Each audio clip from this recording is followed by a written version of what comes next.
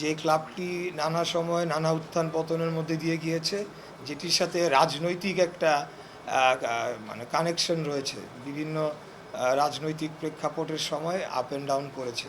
এটার নেপথ্যে কারণ আমি যেটা বলবো, যে যখনই আওয়ামী লীগ সরকার অথবা একটা ফ্যাসিস্ট সরকার তারা যখন ক্ষমতায় এসে তারা এই ক্লাবের সাথে যারা জন্মলগ্ন থেকে জড়িত এবং এই ক্লাবেকে যারা ক্রীড়াক্ষেত্রে সর্বোচ্চ জায়গায় নিয়ে যেতে চায় বাংলাদেশে, সেই দিকে তারা নজর না দিয়ে ক্লাবটির অবস্থানগত কারণে শুধুমাত্র রাজনৈতিক কর্মকাণ্ডে তারা ব্যবহার করেছে এবং বিভিন্ন সময় রাজনৈতিকভাবে নিয়োগ পাওয়া ব্যক্তিবর্গ তাদের ব্যক্তিগত স্বার্থে ক্লাবকে ব্যবহার করেছেন।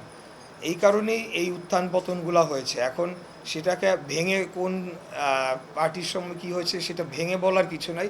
আপনারা নিজেরাই সকলে জানেন, এই ক্লাবের হিস্ট্রিটা দেখলেই আপনারা বুঝতে পারবেন। তো এটি এখন আপনার প্রশ্ন থাকতে পারে, এভাবেই কি একটা ক্লাব চলতে পারে কি না? অবশ্যই না, এইভাবে একটা ক্লাব কোনোদিনও চলতে পারে না।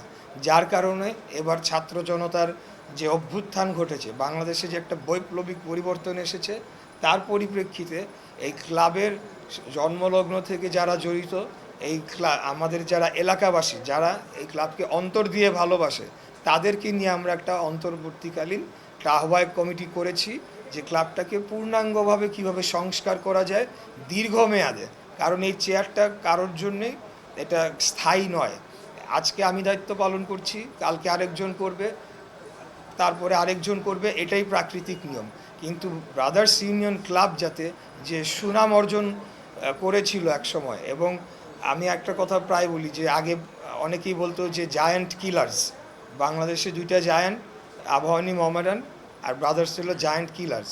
কিন্তু এমন একটা সময় ছিল there were no other giants, একমাত্র জায়ান্ট ছিল বাংলাদেশে ব্রাদার্স ইউনিয়ন ক্লাব।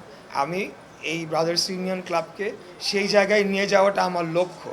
যেহেতু আমি দায়িত্ব পেয়েছি, ক্রিকেট, ফুটবল এবং ক্রিকেট দুটি ক্ষেত্রেই আমরা বাংলাদেশ ব্রাদার্স ক্লাবকে বাংলাদেশের 1 নম্বর ক্লাব হিসেবে প্রতিষ্ঠিত করতে চাই।